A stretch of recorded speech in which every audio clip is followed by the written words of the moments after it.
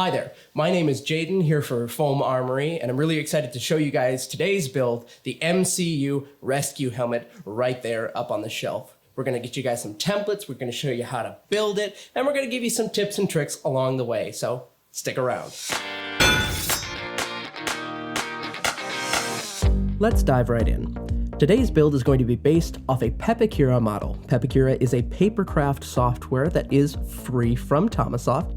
I'm going to go ahead and put a link to that in the description. This model in particular was provided to us by the good folks over at Rancid Props. I'm going to go ahead and put a link to these templates that I've whipped up for us in the 2D model window in the description. Now, when working with paper templates, I like to modify them once they're out of the printer. So you can see here, I've also gone ahead and added additional features to the faceplate, as well as the jawline and the backplate.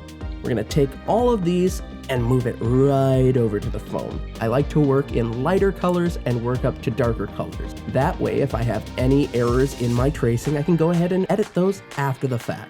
Once we've got everything traced out, it's a simple matter of cutting everything out. We're going to want to make sure that all of our cutting implements are nice and sharp and that we keep them up and out of the way of small children. Once we've cut out the main pieces, we're going to go ahead and add some of the back detailing to these. First and foremost, we're going to do all the mountain and valley cuts on the back side so that we can get those nice crisp edges on single pieces. Then we transfer detail lines to the front faces of the phone. Again, we're going to be using Sharpie here because it's easy and it will for sure be covered by all the various layers of paint. Once we scored out all of these lines, we're going to be opening them up with a heat gun on low. We want to be very careful during this step not to cut through the foam or burn it with the heat gun. Be sure to be moving that gun around so that we don't leave too much heat in any one area for too long. This is definitely a hobby that benefits from a steady hand and a lot of patience.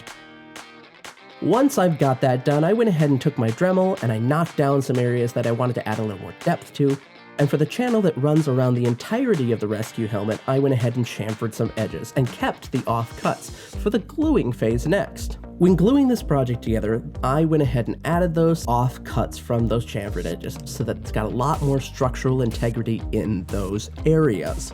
Once that's all glued in, it's a simple matter of following the curves of the piece itself. Because this is such a simple project, just 6 pieces in the build, you're gonna find that gluing this together definitely reveals the shape as you go. There's not a lot of guesswork involved. One of the things I love about using contact cement on foam is that the glue really helps create the shape as you're heating and forming it. Quick note on using contact cement with foam, I find 2 layers is good for any 2 faces you want to put together, and it's always good to give your contact cement a good firm stir-up before we start.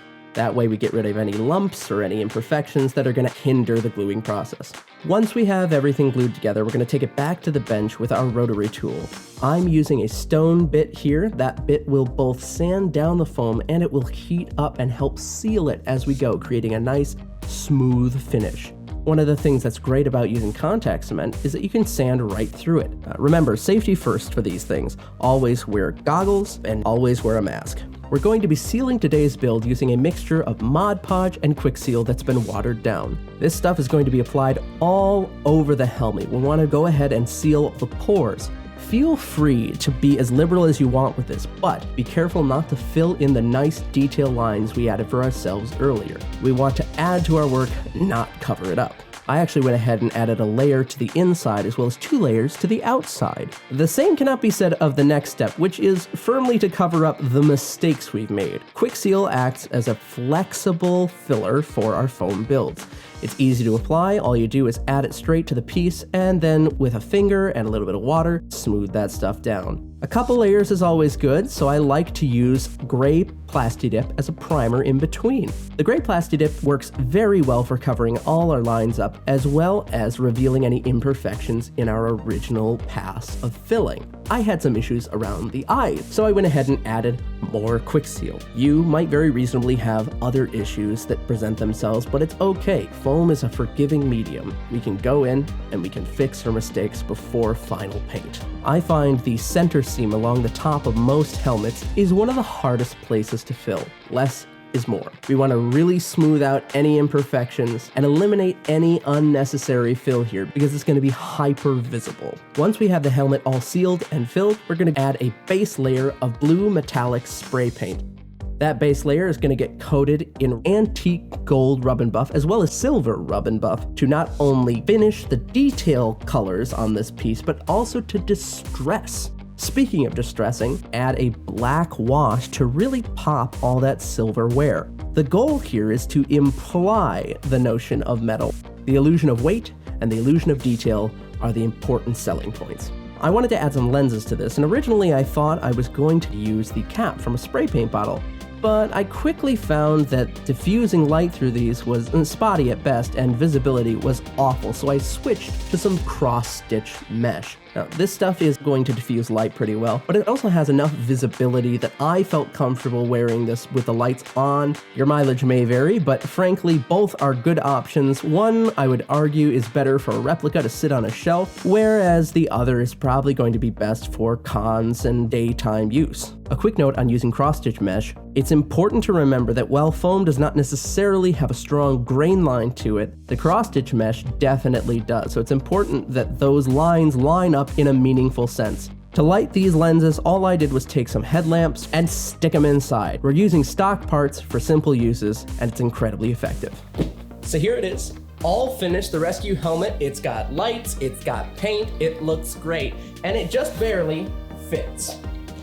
Almost. Like a lot of my builds, I had a great deal of fun putting this thing together. The helmet's just such an interesting shape, and really there's a lot to dig in on. I had a lot of fun really distressing it. These distress marks aren't anything related to what you see on screen. They're my own personal take and flavor, but they add a lot of depth to what is really a fairly uncomplicated build. I wanted to give you guys a quick look inside the helmet, just kind of show off where it is you're seeing those headlamps. They just kind of rest above the eyes, and they grant a lot of visibility through the front of the eyes. I'm really quite happy with it. One of the things I really love about using the cross stitch in the eyes is that you don't really need the lights on. It's still a really great effect regardless. It's actually something I've been looking to put into a more cartoon style Batman mask, so stick around, maybe you'll find something here. I avoided a couple of different things on this project that definitely tripped me up on my last build. Taping has never been my strong suit for paint. I really went with a lot of hand finishes on here. You can always go for something a little more like spray paint,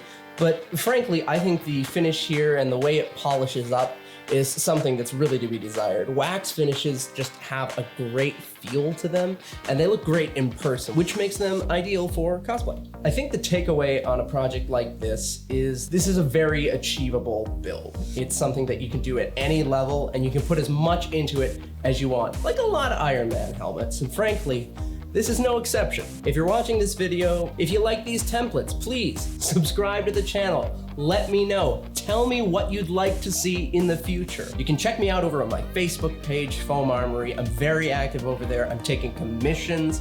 Honestly, hit me up. For Foam Armory, I've been Jaden. Thanks for watching.